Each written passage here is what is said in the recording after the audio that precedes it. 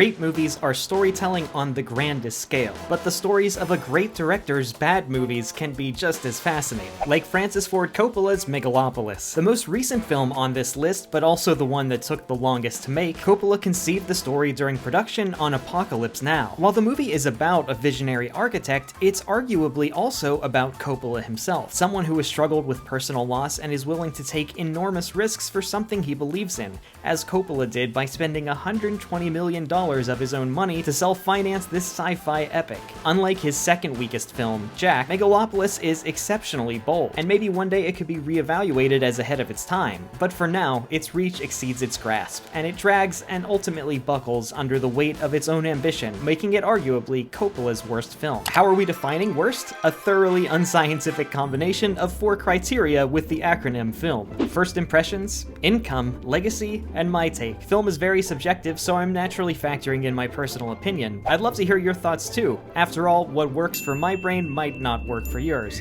Like with Wes Anderson's The Life Aquatic with Steve Zissou. These days, Anderson's name is practically an adjective, but when The Life Aquatic was released in 2004, his signature style wasn't yet universally recognized. It was arguably only with The Royal Tenenbaums, the film immediately before The Life Aquatic, that Anderson truly solidified his visual approach. And in a way, it's that focus on style that ultimately made Life Aquatic his weakest film. The movie is often visually dazzling, including Anderson's first use of animation and some delightful set pieces. But for many moviegoers, including me, it was also the first Anderson film that felt like it lacked depth. Ironic for a movie about a deep-sea explorer. One possible reason for this is Owen Wilson. Wow. Wilson might be known primarily as an actor, and he does appear in Life Aquatic, but more importantly, he and Anderson were longtime friends and collaborators, co-writing the Bottle Rocket, Rushmore, and Royal Tenenbaums screenplays, the last of which earned them an Oscar nomination. The Life Aquatic was Anderson's first feature not co-written with Wilson, and perhaps because of his friend's absence at the keyboard, it lacks a bit of the heart and emotional realism that grounded Anderson's earlier work. Instead, Life Aquatic sometimes comes across as a quirky diorama rather than a sincerely felt story, indulging in Anderson's obsessions at the expense of audience accessibility,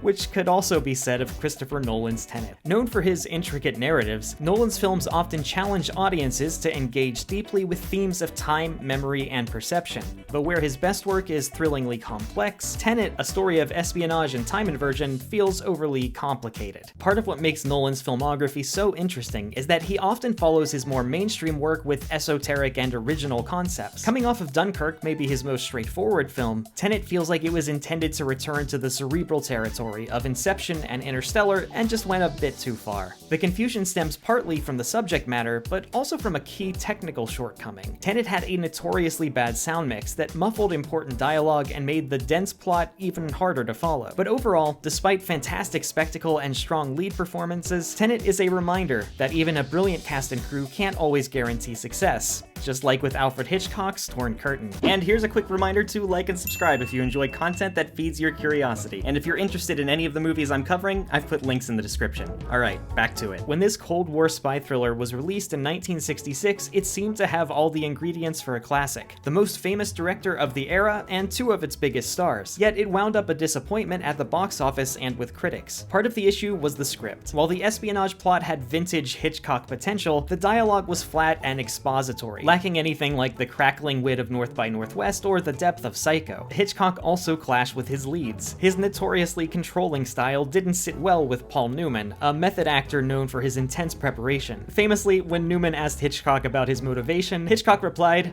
"Your salary." And while Julie Andrews is an incredible talent, the chemistry between her and Newman was strangely lacking. The final issue might have been Hitchcock's struggle to adapt to the changing cinematic landscape of the 1960s. As the industry began adapting a grittier and more realistic style, Torn Curtain retained his staid, classic Hollywood approach, leaving it feeling a bit dated. But thankfully, Hitchcock wasn't finished. He'd soon go on to direct Frenzy, one of his best films, proving he could still innovate and surprise even long after his most iconic successes, something that Peter Jackson will hopefully do as well. In the early 2000s, Jackson seemed unstoppable. Fresh off the record-breaking success of the Lord of the Rings trilogy, he remade his childhood favorite, King Kong, to great acclaim. His next choice was bold, adapting the best-selling novel novel, The Lovely Bones, a story about a young girl who watches over her family from the afterlife after being murdered. But it was a gamble that ultimately didn't quite work. Jackson was a force even from his very humble beginnings. His early films like Dead Alive and Bad Taste were scrappy, low-budget affairs, and while they're not for everyone, they had a clear vision and a relentless clarity about the type of story they were telling. In The Lovely Bones, that focus seems to slip away. The novel mixed supernatural fantasy and real-world tragedy artfully, but while Jackson's depiction of the afterlife can be visually breathtaking, his adaptation flinches away from the book's darkly complex themes, leaning too heavily into sentimentality. What's disappointing, and the argument for ranking this below his Hobbit trilogy, is that Jackson has proven he can do all of the things that The Lovely Bones required. Intimate storytelling with heavenly creatures, grand spectacle in lots of movies, and even entertaining explorations of the afterlife in The Frighteners. But here, those ingredients never come together in a cohesive way. While Jackson has already given the world so much joy, and certainly doesn't owe us any more, it would be amazing to see him return to smaller, stranger narrative movies. Even if he sticks with documentaries, it's still exciting to watch him rework other filmmakers' material, although the same can't be said about Orson Welles' worst movie. The Other Side of the Wind is an undeniably intriguing project with a troubled history. In fairness, it might not be entirely accurate to say that this is Orson Welles' worst movie,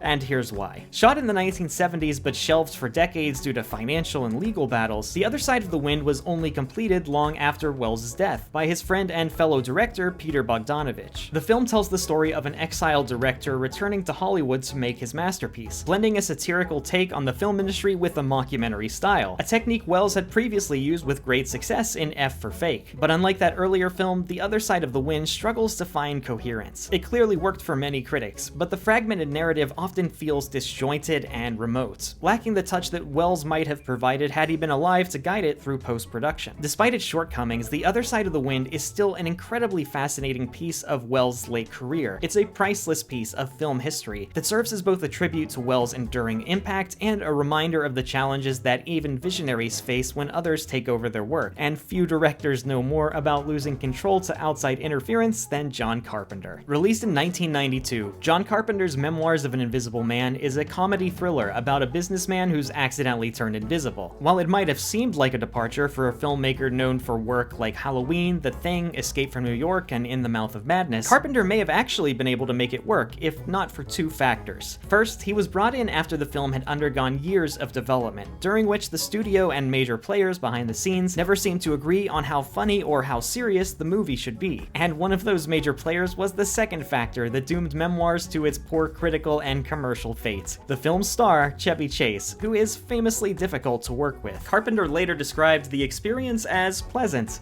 No, it wasn't pleasant. I'm lying to you. It was a horror show. I have to admit, I really liked Memoirs of an Invisible Man as a kid. We had it on VHS, and I found it super fun, imaginative, and the special effects were incredible at the time. But looking back, it's clear that the film isn't fully Carpenter's, with a tonal and narrative fuzziness. To me, it's just like being in a dream, but I'm playing it predominantly with a sense of anger. Turning what could have been a unique thriller into a generic product. That's it for today's list. Thank you so much for watching. You can check out the first entry in this series by clicking the video on screen. I'm sure that there will be a lot of different opinions, so let's talk about them in the comments, and let me know what directors I should cover in the next video. And of course, be sure to like and subscribe for more content that feeds your curiosity.